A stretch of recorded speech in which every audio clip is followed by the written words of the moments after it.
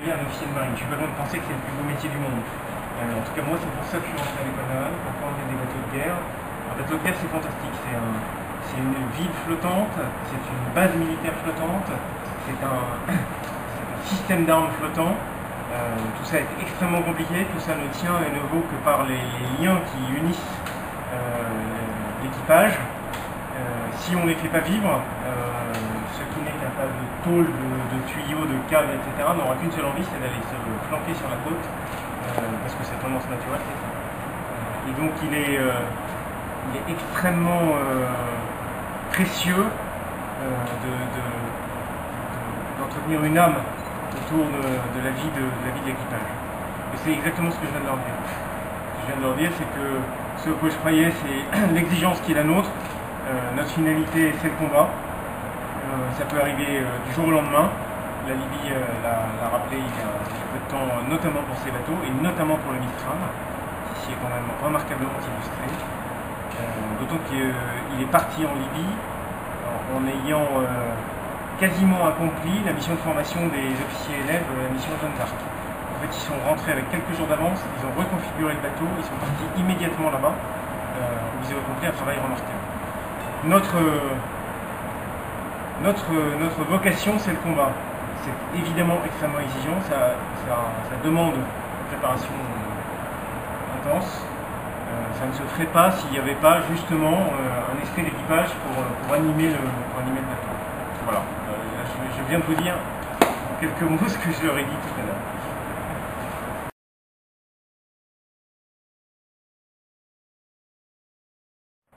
C'est précieux. C'est précieux parce que ce sont des bâtiments compliqués. Ce sont des bâtiments dans la marine, nous disons, qui sont à équipage optimisé, c'est-à-dire qu'en gros, on a réduit l'effectif au strict nécessaire. Donc c'est une mécanique humaine extrêmement délicate.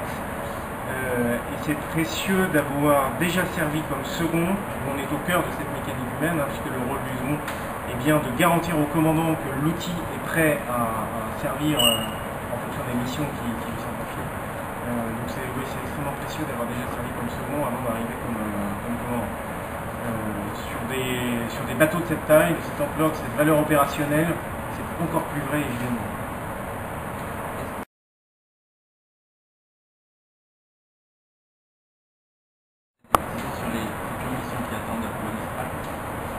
Alors le Mistral, eh bien, là il entre dans une période d'entretien, ce qui explique pourquoi vous l'avez vu avec quelques échafaudages, des grues, etc. Et que vous êtes passé par une coupée, une passerelle pour monter à bord qui était sensiblement différente de ce que vous empruntez d'habitude.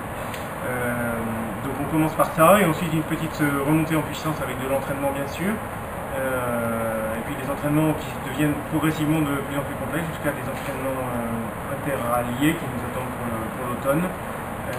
Et puis je l'espère après le déploiement opérationnel.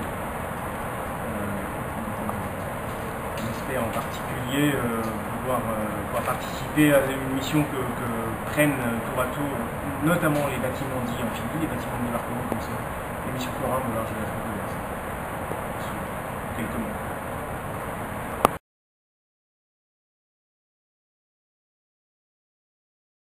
Il est resté d'ailleurs longtemps à ce cassis en armement pendant l'automne dernier, et puis il est parti en mission Jeanne d'Arc en même temps qu'il faisait la vérification de ses caractéristiques militaires, qui est une espèce de banc d'essai, de banc test des capacités du bateau une fois qu'il a été réceptionné par l'État. Donc il a fait deux missions en même temps jusqu'au 25 juillet où là il est rentré à Brest. Pour l'instant il est pour la mission Jeanne d'Arc, pour rappel, quel lieu vous avez visité avec le Dixmude? Avec le Dixmude, donc nous sommes passés au Liban, nous sommes passés à Djibouti, bien sûr, c'est un point d'appui quasi obligé. Nous avons participé à la mission Atalanta de lutte contre la piraterie en océan Indien. Nous sommes passés au Kenya, nous sommes passés à la Réunion, au Cap, au Brésil. Le Cap et le Brésil, nous avons eu des échanges extrêmement riches avec les forces armées de ces deux pays-là. On a vraiment contribué et fait avancer le partenariat stratégique qui lie les forces armées françaises et brésiliennes. Et puis nous sommes ensuite rentrés par l'Afrique de l'Ouest en participant à la mission Corin, donc Abidjan, puis Dakar. Un dernier passage à Lisbonne. Lisbonne et l'arrivée à Brest a eu lieu le 25 juillet pour une mission qui avait commencé le 5 mars.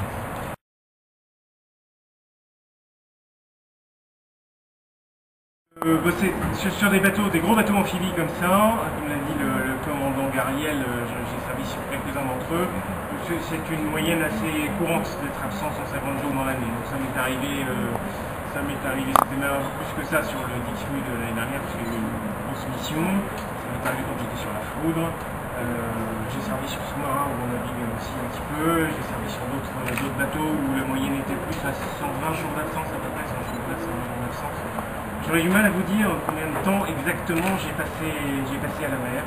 Je sais que ma femme a fait le calcul, on s'est mariés il y a 10 ans et d'après elle, il y en a 4 qui nous auraient quand même un peu échappé. Il y en a 2 pardon, qui nous auraient quand même un peu échappé sur les 10. Et à la fin des 12 ans pardon, en fait, du Mistral, elle m'a dit on aura passé 4 ans l'un séparé de l'autre. C'est possible. Ce qui correspond à peu près à un jour d'absence sur 3 et pour le coup c'est à peu près la moyenne. C'est vrai, le problème, c'est que c'est un temps limité. Sur 12 ans, tous mis bout à bout,